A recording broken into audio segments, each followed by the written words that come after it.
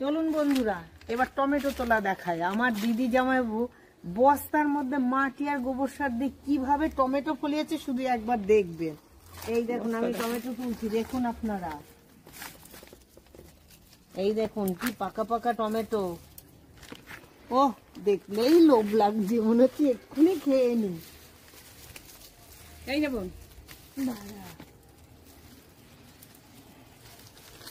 শুধু তুলতে ইচ্ছে করছে। এই দেখ এইখানে, হ্যাঁ ওইখানে অনেক আছে। এই না মাচার নিচে ঢুকে তোকে তুলতে হবে সব টমেটো, নিচে সব পেকে যাচ্ছে।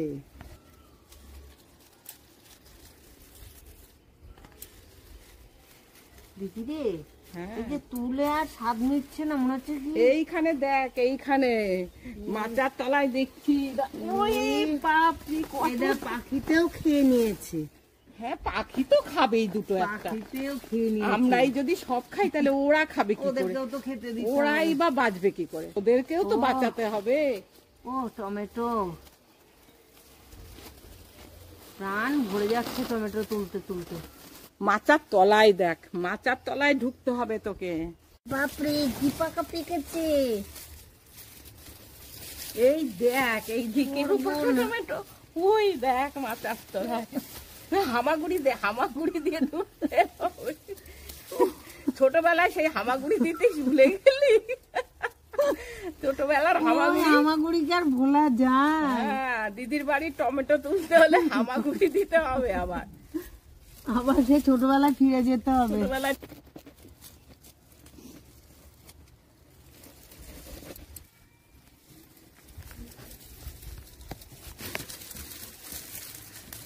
বন্ধুরা আর পাচ্ছি না, কোমর সব ব্যথা করছে, ঘাড় কোমর ব্যথা করছে।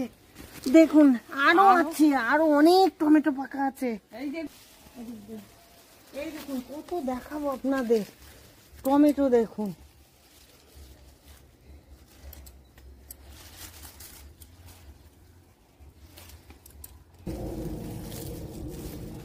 বন্ধুরা কেমন লাগছে? চলে আসুন আমাদের বাগানে, টমেটো নিয়ে যাবেন। আসুন আপনারা আসুন, এই যে দেখুন একদম টাটকা টমেটো, বাজারে কেনা নয়। চলে আসুন আমার দিদির বাগান বাড়িতে। আমার দিদির এই বাগানের নাম দিয়েছি বাঞ্ছারামের বাগান।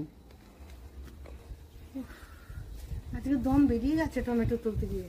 প্রথমে 1 কেজি টমেটো কুচি কুচি করে কেটে প্রেসার কুকারে দিয়ে একটি সিটি পড়ার পর 5 মিনিট ধিমে আঁচে সিদ্ধ করে গ্যাস বন্ধ করে রেখে দিতে হবে। সস তৈরির জন্য লাগবে শুকনো লঙ্কা 4-5টি, বড় এলাচ 1টি, জয়িত্রী 1টি, জিরে 1 চামচ, ছোট এলাচ 6টি, দারচিনি 4-5 টুকরো, লবঙ্গ 6টি। একে একে সব মশলা মিক্সিং জারে দিয়ে ক্রাশ করে নিতে হবে। ফুল ডাস্ট করা যাবে না। এবার একটি পাতলা সাদা কাপড়ের টুকরোতে ক্রাশ করা মশলা দিয়ে পুটলি বানিয়ে নিতে হবে। পুটলির মুখ শক্ত করে বাঁধতে হবে। মশলা আর গিটের মধ্যে যেন একটু ফাঁকা জায়গা থাকে, না হলে মশলার পুটলি ফেটে যেতে পারে। এবার আদা, পেঁয়াজ আর রসুন আলাদা আলাদা করে বেটে রস বার করে নিতে হবে। এবার প্রেসার কুকারের ভেপার পড়ে গেলে ছাঁকনিতে ঢেলে দিতে হবে। এবার একটা চ্যাপ্টা হাতা দিয়ে চেপে চেপে টমেটোর রস বার করে নিতে হবে। তারপর টমেটোর রস জাল করতে বসাতে হবে।